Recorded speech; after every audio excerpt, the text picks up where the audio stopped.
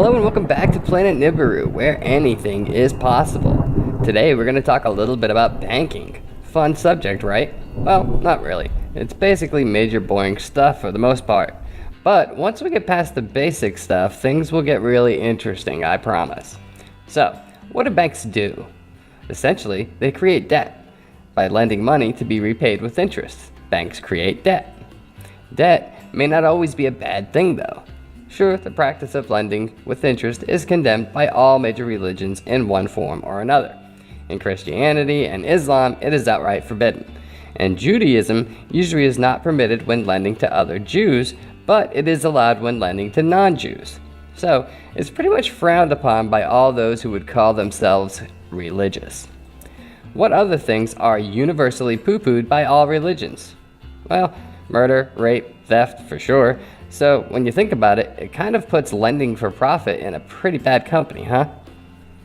But the practice is legal, and we have all grown quite accustomed to paying off loans at interest. Even though it destroys our chances at wealth, makes us pay sometimes as much as 3 times the value of what we're buying, and keeps us enslaved to working jobs that we don't like, so we can buy things that we can't afford to impress people that we don't like. I think I'm starting to get an idea of why the religions banned the practice so long ago in the first place. So, think about this. Let's say you buy a house for $100,000. Now, that's not going to get you a whole lot of house unless you live well outside of a major city. But it's an easy number to work with, so humor me. A $100,000 loan, and let's say you have really good credit and you get a 5% interest rate. You're still going to end up paying back over $193,000 back to the bank. So all those years of paying everything on time and making sure your credit was really good allowed you the privilege of only paying double for your house. Yep, you're one of the good guys, so come on in and we're only going to charge you double. Not like that slacker neighbor of yours who had a few late payments here and there and whose credit score is a few points lower than yours. He was lucky to get a 7.5% interest rate. His $100,000 loan will cost him $251,717. Rather bad news for your neighbor, right? Well, don't look now, but remember Bob down the block? Yeah, the one who has to work 2 jobs to pay the bills and keep food on the table? Well, Bob's credit really sucks. Sorry, but there isn't a better way to say it. Bob has a bunch of kids and another one on the way, and his credit score is just enough to allow him to buy a home, but the loan he had to get is what's called a subprime loan. Bob's interest rate is 9.25%, so his $100,000 loan is going to end up costing him $293,000 before it's all said and done. That's right. Bob, the guy who can least afford to pay 3 times for his house, has to do just that. Ain't that a bitch? Well, yes it is. It's a bitch called profit. So now that we know exactly what banks do and pretty much how they do it, think about if you had a bank and you could loan money to nations instead of individual people. First off, the size of those loans would be absolutely massive. So you'd need a ton of money on hand just sitting around to lend out. But let's just say that you have that. And you lend it out to countries large and small, and you encourage them to spend frivolously because now you effectively own that country through debt. Well, that's what the large IMF banks do. They lend to countries through debt. They gain leverage over those countries, basically usurping the rights and freedoms of the citizens through the debt they generated. Now that we understand all that, we can get to the juicy parts. At the beginning of 2016, there were only 4 countries in the world who were not on the IMF system. So out of 195 total countries in the world, 191 pay interest on loans made by the IMF.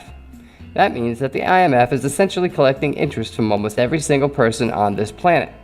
One bank with almost 7 billion people indebted to them by no action of their own.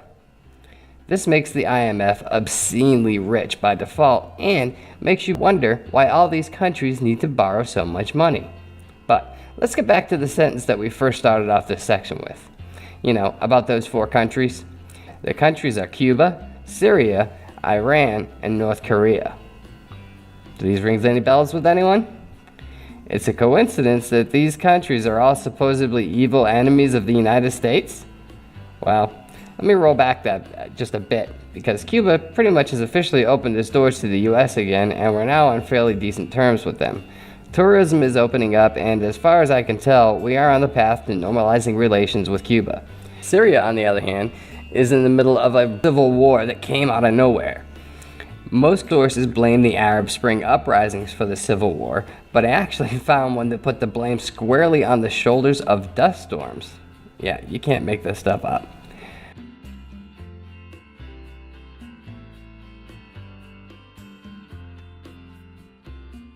But if you believe that the people of Syria just decided out of nowhere that their country sucked and they wanted to oust the leadership, I have a bridge for you at an amazing price. And as far as the dust storms, well, meh. The people who started the uprising and civil war in Syria were allowed in under the auspices of the Arab Spring, where they were called refugees, and they were just running into any country that didn't have a fence up to slow them down. Now, of course, the people who lived in Syria didn't like all these new people running through their country, and all sides were pretty much hyped up for a fight, and it was pretty easy to get that going at that point. So now they got a civil war going on in Syria. Iran has been a target for many, many years now. How long have they been on television with both CNN and Fox vilifying all of their leaders? We've been talking about Ahmadinejad as a crazy man for about at least the last 10 years, right? I think there's a new president in Iran now, but lately we seem to be focused on Kim Jong haircut. He's been the favorite villain for many years as well. Each new president, with I think the exception of Barack Obama, seems to ramp up the rhetoric a bit more with North Korea. And we always hear these crazy stories that get stranger and stranger as time goes on about the little Korean man with the blind barber. One day he's feeding someone to his attack dogs, the next day he's having people executed by anti-aircraft guns. Do you have any idea what an anti-aircraft gun would do to a human body? Of course, they also say that he has a harem of young girls, and the list of villainous traits goes on and on. Funny how the leaders of these countries who have no debt always end up dead or in jail, huh? Ever wonder when Bosnia and all the countries in that region joined the IMF? Remember this guy? Slobodan Milosevic? Know where he is now? What kind of bird don't fly? Jailbird. But the point is that the remaining countries are not already in debt to the IMF. Not one of them is viewed as a decent country that anyone gets along with. All of them are supposedly run by villains who kill their own people and molest children. And we're talking about war with them, or we're already involved with war with them. By the way, the US is technically still at war with North Korea. We have a ceasefire, but we've never declared peace. So what does that say about banking, the IMF, and the way countries are or aren't allowed to manage their finances? I don't want to soil you with my opinion. I think you should look at all this data and develop your own opinion. If you think that it's all just a coincidence, so be it. If it's just the way that the banking works and that's okay with you, sweet, nothing to worry about. But if you think that maybe, just maybe, there's something more to it, I implore you to do a little more digging and come up with your own opinion of what's going on in the world. You can read about the creature from Jekyll Island and how a meeting in Georgia in 1910 helped shape the financial system of this country and many others. It started the Federal Reserve in the United States. The information that you learn from this small bit of research about banking will surely set you off in a bunch of different directions. There will be tie-ins from the Titanic to JFK, and there are so many ties back to the time when America was bought into the fold that it will truly blow your mind. We may cover more of these tie-ins in later videos, but for now, we simply wanted to point out that maybe these wars have less to do with liberating the poor oppressed citizens of Syria and whatever other country, and more to do with making sure that the poor oppressed citizens are being oppressed by the right oppressors.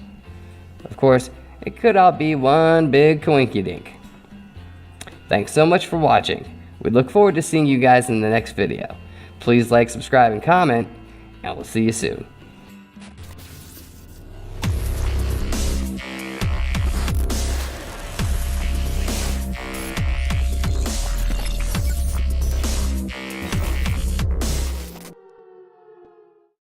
Well, not really. It's basically major boring stuff for the most part.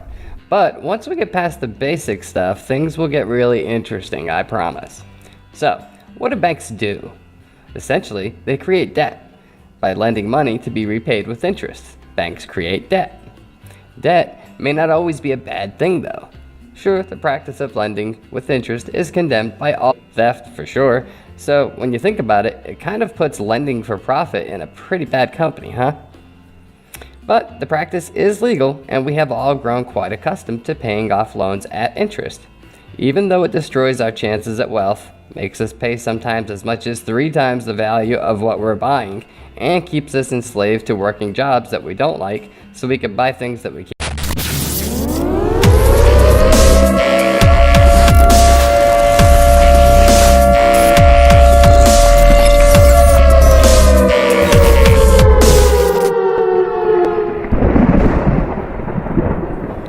Hello and welcome back to Planet Nibiru, where anything is possible.